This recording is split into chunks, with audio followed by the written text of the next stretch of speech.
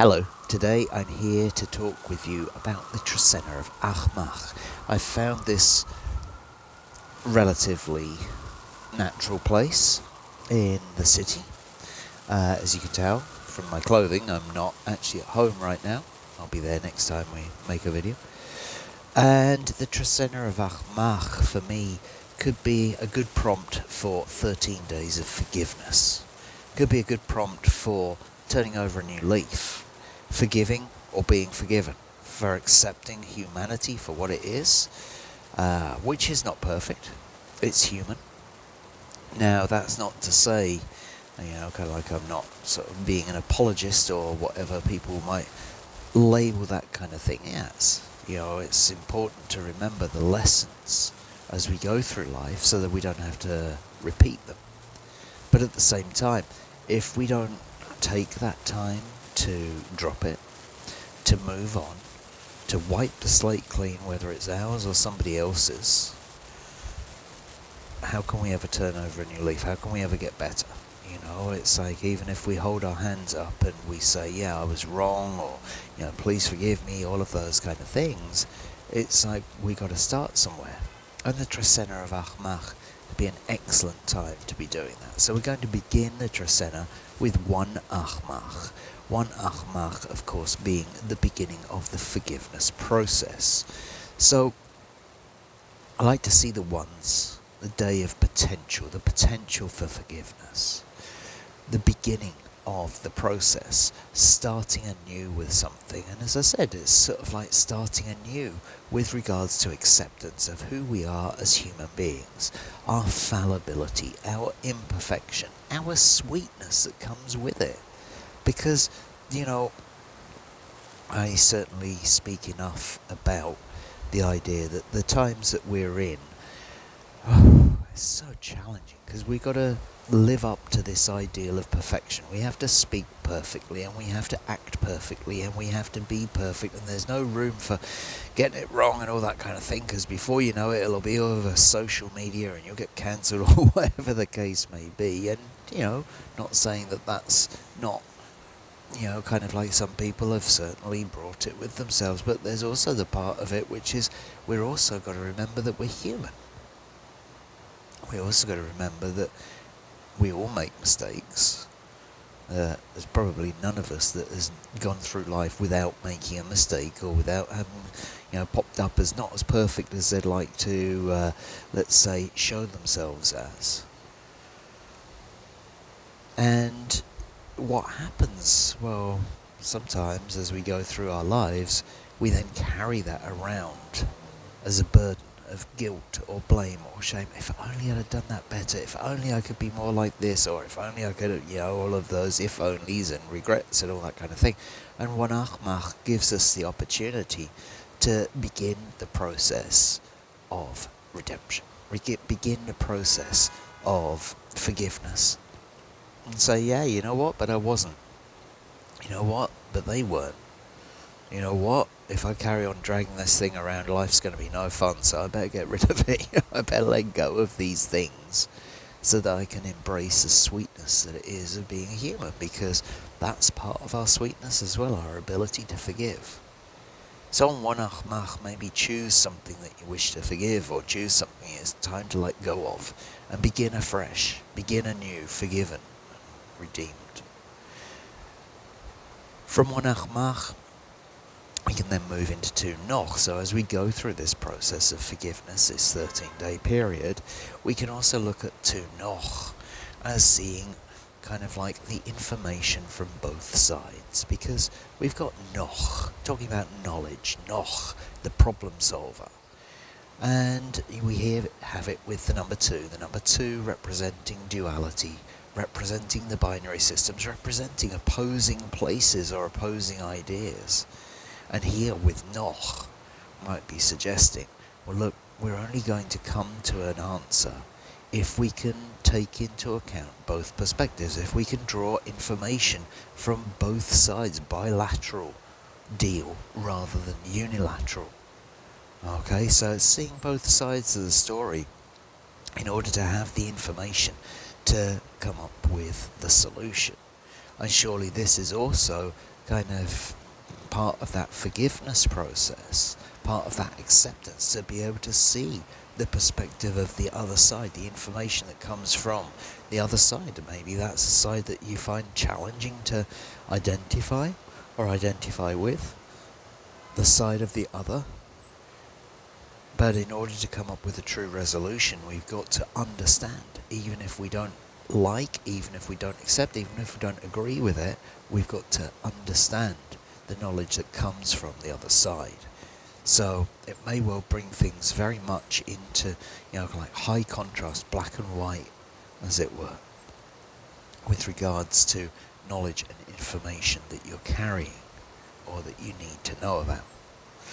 From 2 Noch, we then move into 3 Tijax. Well, forgiveness has to begin within, I would say, anyway, and 3 Tijax gives us that opportunity to go within and to polish our inner diamond. I mean, that is the phrase I love to associate with the day 3 Tijax. Not, I always look at those 3 days as being days of reflection, of days of staying home, days of doing things, inner work.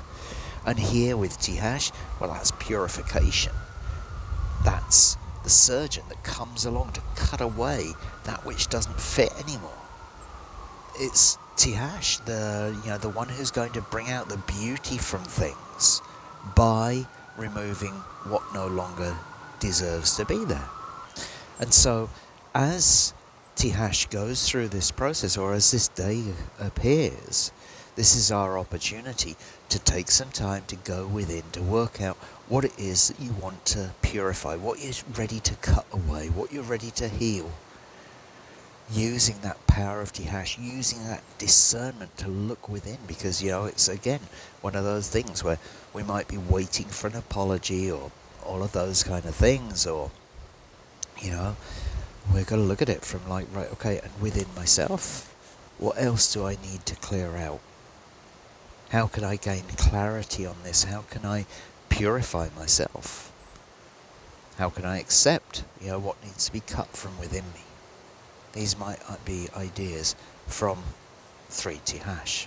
From 3 Tijax, we then move into 4 Kawok. So, Kawok, the Nawal of bringing the new into the world, the Nawal of the midwife, the Nawal of the feminine aspect of the healing, and here with the number 4 representing the physical plane of existence. And so, 4 Kawok, bringing something new into the physical plane.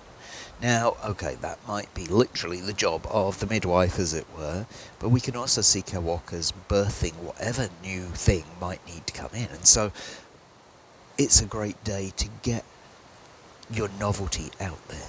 It's a great day to push through those obstacles in order to manifest whatever it is that you need to be working with into the physical plane of existence. So Kawok, I often talk about or recognise as also being kind of tough love. It doesn't happen without a little bit of a push, a little bit of effort. Sometimes that effort might be more than we can bear as well. But Kawok's here to make sure that it happens. And so for Kawok is sort of like physically going out there and living this tough love, as it were, going and making sure that what needs to be done gets done. Even if we got to grit our teeth as we go through the process, as it were, because sometimes that forgiveness process is not easy. Yes, alright, okay, yes, I'll put up with that side of it, or whatever the case may be. And 4 Kawok is like, yeah, okay, it comes true. It's the tough love that is helping us to forgive and bringing new into the world. From 4 Kawok, we'll then go into 5 Ajpu. So Ajpu, the Nawal of the divine, of the holy, of our spiritual path. And here, combined with the number 5 representing our work. So 5 Ajpu can be seen as working on our spiritual path. Now, if that doesn't rather well align with the Trecena of Ajmak, I don't know what does, because, that is the work, isn't it? That's part of it. Putting that hard work, putting that effort into following our path, the path of the hero, the path of our higher purpose. Well, it doesn't just drop in our lap, we've got to put our energy into it. And of course, kind of like if we were to look at it, to understand that we have to drop off the burdens of guilt, blame or shame in order to follow that path, the 5 gives us the opportunity to put our energy into doing just that. To identify a higher purpose in life and choose to put our energy into it. Is that not what part of redemption could be? Because, it's come to me very much lately in the last few weeks how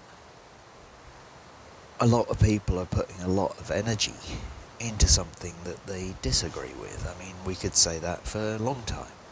And it's right to bring up certain elements which may have been hidden. It's right to, show these things. But then what do? You show it, and then you move on. You broadcast it, you tell your statement, however you want to put it. But if you're spending all of your energy on something that you don't want, what about the stuff that you do want? What about the stuff that you're trying to create? What about your higher purpose in life? If we can move on from things, then we have the opportunity to put our creative energy, our essence, into what we are actually creating, our higher purpose. And if it's distracted all the time by blame or shame or guilt directed towards what we don't want in the world, then I think we're missing an opportunity. And so I would say on 5 Aq'ab'al, focus your energy on your path. Focus your energy on your higher purpose in life. It would seem like a far more useful and a far more human way of using your energy. From 5 Ajpu we then move into 6 Imox. So Imox, the Nawal of the dream, the Nawal of the ocean, the lake, the Nawal of the collective consciousness. And here we see it with the number 6. The number 6 which can represent stability, the number 6 which can represent family. And so if we were to see it as stabilizing the dream, stabilizing the family, stabilizing the collective consciousness between each one of us, showing that we all got our places in the right part of our families. We got our places in the world. Now, Imox has to be aware of its individuality, because it's very easy for Imox, with its connectivity as it were, to get bound into things which aren't really its. Kind of like sometimes we get bound into social media, or we might get bound into kind of like all of the things that are going on around us, so we can have no influence over whatsoever, we can make no change in. And, this distracts us from the things that are really important. Imox gives us the opportunity to connect with the ocean. Imox gives us the opportunity to connect with the consciousness around us. It also gives us the opportunity to remember our individuality. What's your dream? If you're caught up in everybody else's dream or everybody else's idea at the moment, what about your individuality? What about your connection to the consciousness? So the number 6 helps us to balance and stabilize that. We can also see it with regards to family, and so we could say, within our family's consciousness, where are we within it? Do we still retain our individuality within our family? Do we retain our individuality within the people that are around us? 6 Imox gives us an opportunity to ensure that we do. It gives us the opportunity to draw on heaven and earth and draw them into the physical plane in order to stabilize that consciousness, or in order to stabilize our individuality. From 6 Imox, we then go into 7 Iq. So Iq, the Nawal of the wind, Iq, the Nawal of communication. And here, with the number 7. Now the number 7 can be seen as death and endings, finality. So it's really difficult to get away from the concept of the final word.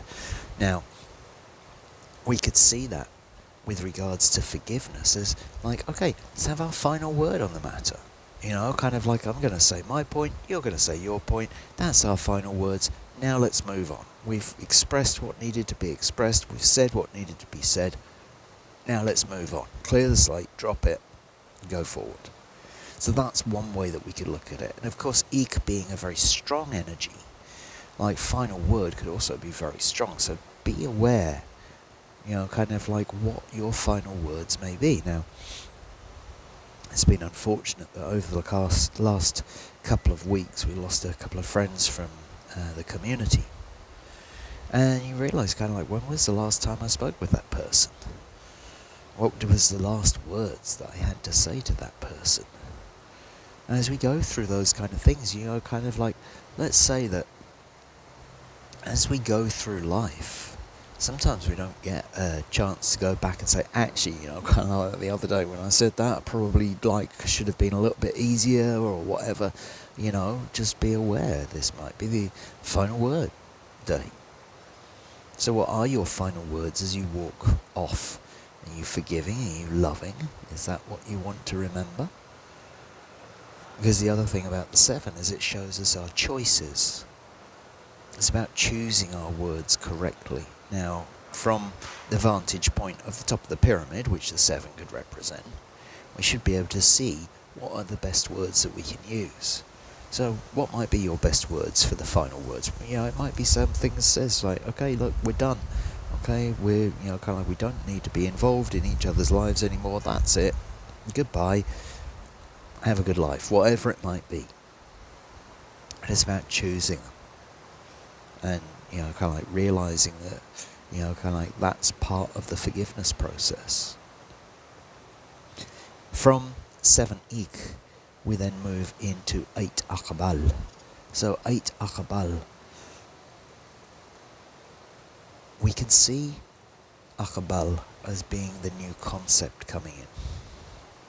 We can see the 8 as representing the 1 of beginnings and the 7 of endings coming together in wholeness. So 8 Aq'ab'al, the wholeness of the new concept. Now, I like to think of the 1 as birth and the 7 as death, and together they're kind of like this whole cycle of life. And so when we see that whole cycle, it encompasses everything. So the 8, the wholeness, the totality that comes from it, of the new concept. This is something which has been fully revealed. It's kind of interesting because if we were looking at it like that, we could see 1 half in darkness and 1 half in light as life and death. And Aq'ab'al, of course, is the bridge between the darkness and the light. It's the twilight. And so it's kind of interesting to see it from that perspective as well. And think about how, you know, this is the whole concept, finally able to get that whole concept out there. And of course, this being within the Trecena of Ajmak, within the Trecena of humanity, within the Trecena of forgiveness and sweetness, it's understanding the complex wholeness of the concept of humanity. That might be a way of looking at it. So, 8 Aq'ab'al is a great day to get your new concepts out there in wholeness. Whatever it is, new concept for life, new concept for you. As you move forwards, you know, kind of, as I say, turn over a new leaf, renew, forgive, let go of stuff. Get that new concept out there. From 8 Aq'ab'al, we then move into 9 Kat. So, Kat, the Nawal of bundling. Kat, the Nawal of the net which holds us, is our attachments, but it's also the things which empower our journey. Cat days are great days to be looking through your net bag to work out what it is you want to hold on to and what you want to let go of. And here, with the number 9, okay, it's the number of the feminine, but it's also the number of life. Again, does this not sound like it figures very perfectly within the Trecena of forgiveness? So what in life do you want to hold on to, and what do you want to let go of? Maybe there is stuff from life that it's time to let go of, it's time to forgive. Maybe there's stuff from life that you realise we've been pushing away, maybe we could hold on to it. There's those parts of it that we kind of like, we're not sure whether we want in our life anymore, but we're kind of like, they're in the pending tray, as it were, or it's like, yeah, I just stick it in the cupboard under the stairs or whatever it might be, it's kind of like, right, okay, it's time to have a good look through and work out what you want to be attached to in your life and what you want to detach from. Because that's human choice as well, isn't it? It's walking without our burdens. And, kind of, as I say, with regards to forgiveness, when we forgive or ask for forgiveness, then we're releasing our burdens. We're releasing the burdens of our life. And so, like 9 Cat may well bring them very sharply into focus as to what those burdens might be and how they are holding us back, how they're holding us down, how we're attached to them, and whether we want to be attached to them anymore. It's up to you. If you want to let go of them, 9 Cat's a great day to release the things that hold you back in life. From 9 Cat, we then move into 10 Can. So we have Can, the Nawal of power and wisdom. Can, the Nawal of teachers, the one who kind of like works on their energy. The one who uses their wisdom to empower others. And here, with the number 10, representing community. The number 10, representing society, the bonding within society. So there's, kind of like, this can certainly be two ways of looking at this. 10 could be the illusions that are being put on society. Maybe this is a day where we can use our wisdom to see through those illusions, because there are many. There are people that want us to believe certain things. There are people that want us to see certain things. Whether they're true or whether they're false, we don't really know, because it's all a big illusion and no one's really sure about what's really going on. There's that part of it. But there's also the part of it of using our own energy. There's also the part of it of using our own wisdom to discern through the illusions. There's a day of getting in touch with the teachers, to help society to see through illusion, to help society to become empowered. That's what 10 can also do. So, on this day of forgiveness, this Trecena of forgiveness, this day of the illusions of society, maybe it's a good idea to be forgiving ourselves for when we have fallen for those illusions, because sometimes it gets to the stage where we've been falling for it for so long that we don't really know our way out, and so we kind of like figure that we're stuck there. 10 Can gives us the opportunity to empower ourselves by seeing through the illusions and redeem ourselves by releasing ourselves from them. From 10 Can, we then move into 11 Kame. So we have Kame, the Nawal of death, Kame, the Nawal of the ancestors, Kame, the Nawal of facing our challenges, and here with the number 11, representing kind of like the path of many directions, sometimes the unusual turns that we might take on the path. So, kind of like if we're looking at 11 Kame, we might be looking at fears coming in from many different directions. It's like, I often think of like the 11 Kame as, kind of like that game where, you hit one and then another one pops up over there and that kind of thing, and it's like, we don't know where we're going next. Trying to overcome various fears as they pop up. Now, the 11 can seem rather, unguided for want of better words. But really what the 11 is doing is taking us down routes that we might not ordinarily take. And this is actually a really important thing for the 11 to do. This is where it's got to be kind of looking at things from different directions, unexpected, illogical directions, to become more creative. And if Kame is helping us to transform by facing our fears, this is bringing up random fears from out of the blue that help us to transform. Now, if this is coming from forgiveness, of course sometimes we have that fear about approaching someone or something that maybe we got some, like beef with, as it were. It's like, right, okay, well, for me with Kame, it's, they say kind of like that you'll you'll always meet that demon, or like the one that you fear or whatever. The path gets narrower and narrower until you can't avoid it. And 11 Kame may bring out some ones from the past that you weren't expecting or something like that, in order to face them, to overcome them. From 11 Kame, we then move into 12 Kirch.